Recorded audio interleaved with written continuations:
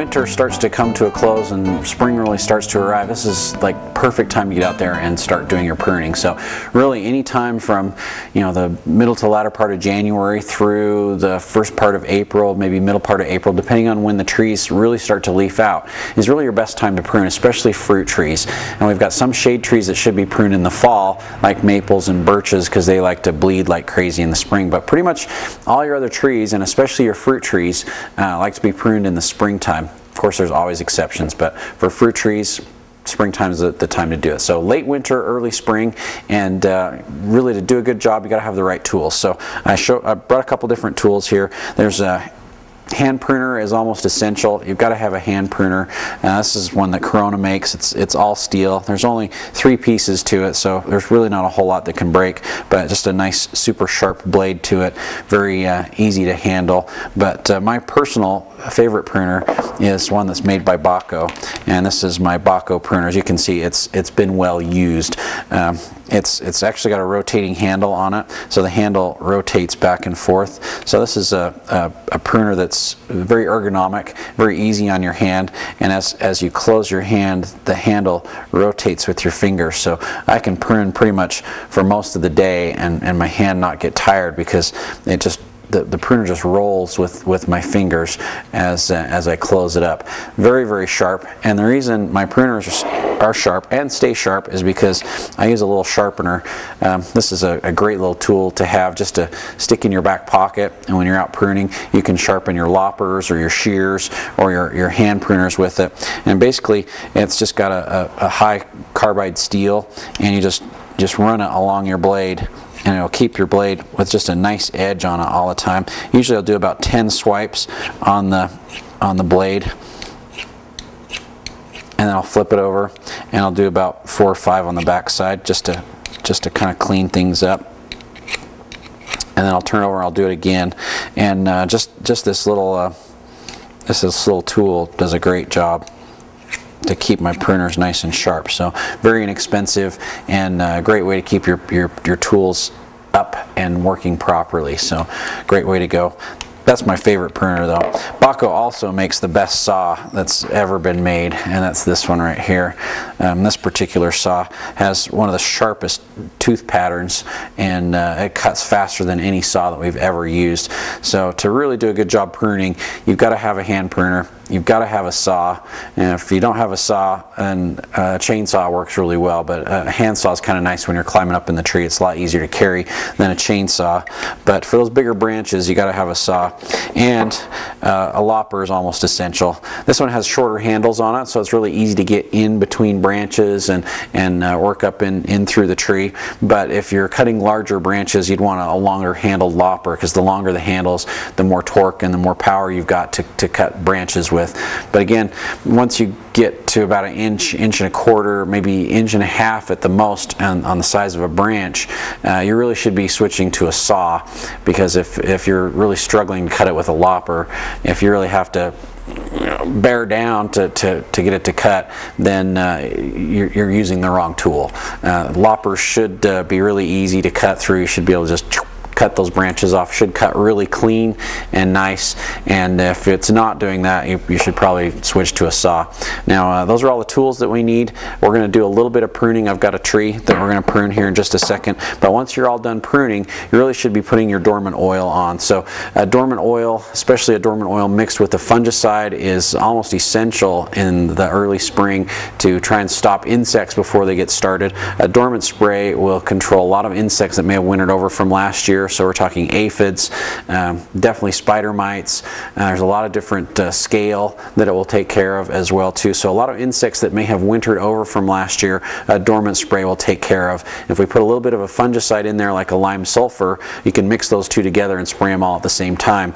Then that will take care of all the diseases that may have wintered over from last year as well too. So we can get a good head start off on the season by controlling all of our insects before they really get started. Of course, it's not going to stop all the bugs throughout the summertime, but it's a great way to start the spring off on a clean foot. So we're going to go and do a little bit of pruning, and I'll show you exactly how to do that.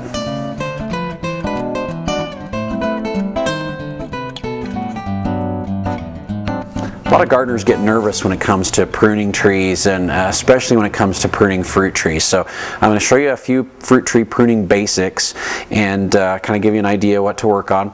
Of course, if you need more information, we've got some great handouts and some instructions here at Anderson Seed and Garden where you can come in and we'll kind of walk you through the process and help you figure out, you know, where to make the cuts. And when it comes down to it, it's just a lot of experience. You've just got to go out there and do it and see what works. And over time, because you really have to prune your trees every year, over time you'll be able to control the growth of your trees by the way you're pruning. And that's really what we're doing to prune. We're of course going to remove unwanted, unnecessary growth out of the tree, but we're also going to train the tree and tell it which way we want it to grow by the way we're making our pruning cuts. It's not just going in and taking stuff out. It's actually directing and pointing and guiding the tree to go in the directions that we want it to go instead of the way it wants to go, because it's just going to grow all over the place if we let it do that. So if you don't feel comfortable pruning and you've got a lot of fruit trees and you just don't have the time, we actually do a lot of pruning here at Anderson. So we have 2 certified arborists that do a lot of pruning of fruit trees, and they do a great job, and we'd be glad to give you a quote for getting your trees pruned and also sprayed as well too, because we do spraying throughout the summer, so just keep that in mind. But when it comes to pruning, of course I've got a smaller tree right here. You may have a much larger tree, but the principles are exactly the same. So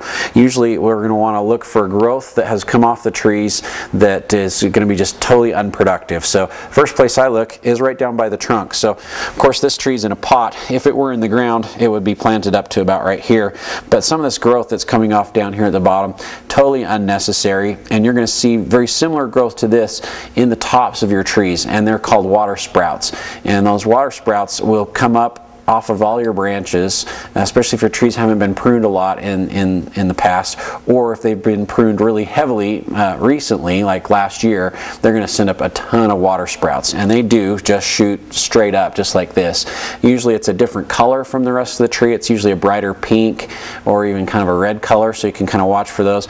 But it's just totally unproductive growth, and those need to come off. So with a pruner like this, you really want the pruning blade to be on the side of the tree that you're actually going to keep. And the hook down here on the bottom, this part right here, this is called the hook. The hook will actually kind of crush the branch a little bit as you make the cut, and so we want the blade to be closest to the tree. That's going to be the safest way. So as we cut, you're going to get a cleaner cut, and it's not going to damage the tree, but the hook will actually grab onto the piece that we're cutting off. So I'm going to turn my pruners over, and on a cut like this, we want our cut to be about 1/4 of an inch away from the trunk or from the branch that we're pruning on, and we're going to try and make a nice clean straight cut, you know, nice and flush to that. If I can do it upside down here.